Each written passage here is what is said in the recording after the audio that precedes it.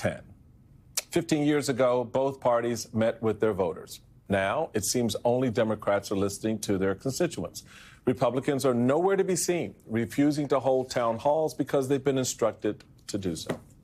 One Democrat is trying to fill that void, California Congressman Jimmy Gomez, who has been in town halls in nearby red districts.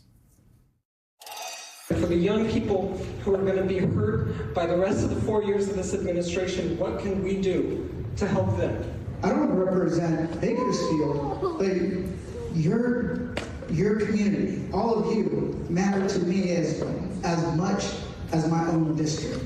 Because I know if you're worse off, I'm worse off. And Democratic Congressman Jimmy Gomez of California joins us now. Congressman, good morning to you. The focal point of Thursday's town hall in Bakersfield was cuts to Medicaid. What did you hear from folks there?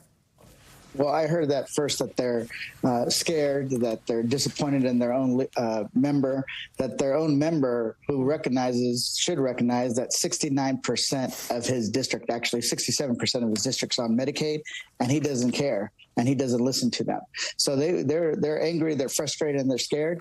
And I want to tell them we're here. We're here to listen. We're here to help. But most importantly, we are here to help you get organized, to fight back. Because the only way we're going to take this country back is if people organize, rise up, and demand changes. And if not, vote them out in 2 years. We have some sound, Congressman from Congressman Valadao on town halls. And I would just note for folks at home, this is the congressman who represents Bakersfield, and this is what he had to say. Do you feel threatened by these town halls and the fact that Democrats are already gearing up for 2026 using the issue of health care? No. I've got more important things to worry about than an election that is almost 2 years away. It's sad that a fellow congressman who should be focused on taking care of his constituents is taking time out of his schedule to play in political rallies. He's got more important things to worry about than speaking to his constituents. Yeah, his constituents are should be his main priority. And he's not listening to the fact, and he's not looking at the data. 67%. That means more than half of his district, 500,000 people. So you don't have to worry about 2026. He has to worry about them now. What happens if they lose their health care? What's going to happen is, one, the rural hospitals that depend on Medicaid are going to shut down. There's going to be less doctors. There's going to be less nurses. That means people's health outcomes are going to be worse. People with diabetes, people with valley fever, that is very strict, impactful there in that region. So he should care about what's happening to them now and actually stop lying to them about they're not going to vote for cuts, because we know that the math doesn't math if they don't cut Medicaid. Congressman, I would like to get your thoughts in reaction to Howard Lutnick and his comment about the fact that Social Security recipients can afford to miss a month. They'll be okay. If we have to pare back Social Security, they'll be okay if they miss a month. Because for all those members of Congress, just as a quick reminder, your constituents should be your priority, as you noted, Congressman. So when you have someone, a $4 billion billionaire, sitting there saying that Social Security recipients can afford to miss a month, they'll be okay. What's your thoughts, sir? First, it's the most insulting thing I've ever heard. It shows that the billionaire establishment that has taken root in this administration and in Washington, they don't get the pains of the American people. I looked this up right after I heard his comment.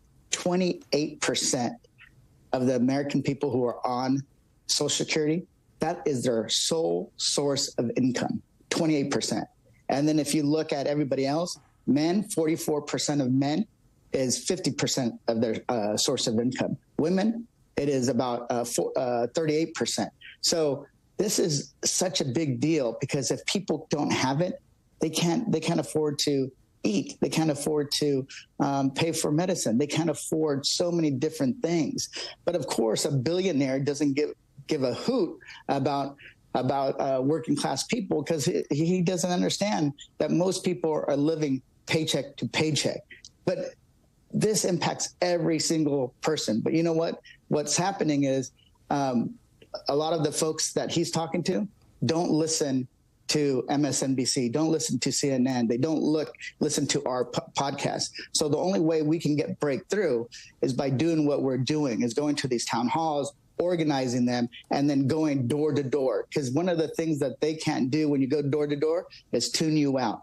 So that's the only way we're going to break through. And here's the thing. You have Scott Bessent, who made comments about rising inflation. You have Donald Trump, Elon Musk. This is the billionaire establishment that has taken root in D.C., and they don't care about the working class. We're talking, and you're keeping the focus on the economy for a very good reason, because it is something that this president doesn't want to talk about, because he campaigned on this economy and how he was going to lower prices, and he's actually succeeded in accomplishing quite the opposite.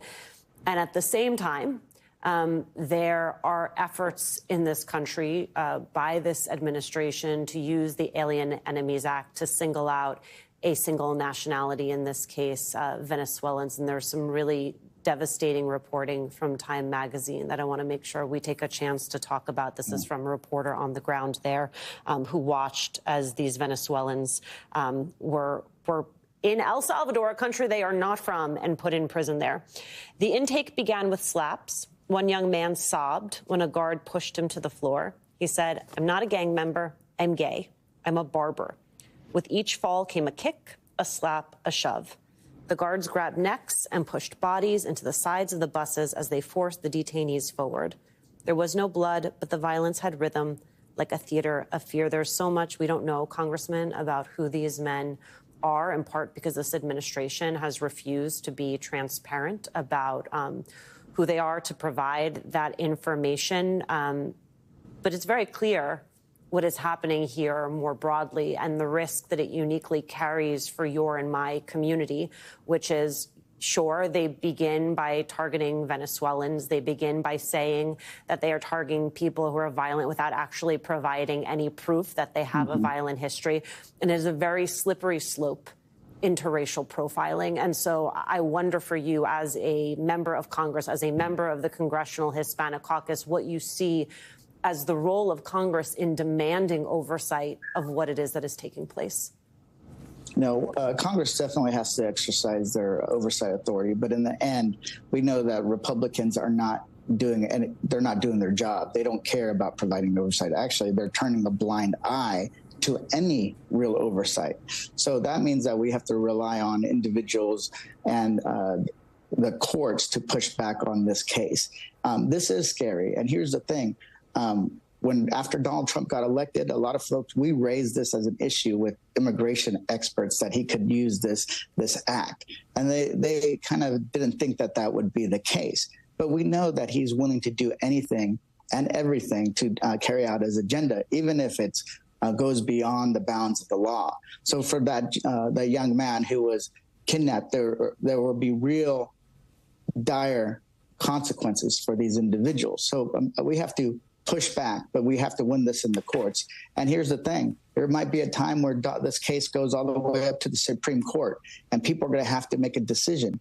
Are you going to allow Donald Trump to ignore a Supreme Court decision, or are you going to stand up? Are you going to stand Stay on the streets, Congressman. Stay on the streets. Congressman Jimmy Gomez of California, we appreciate your time because we know it's early and your work. Thank you. I have a toddler, two and a half. Oh, so he's well, there we go. That's why he's up, y'all.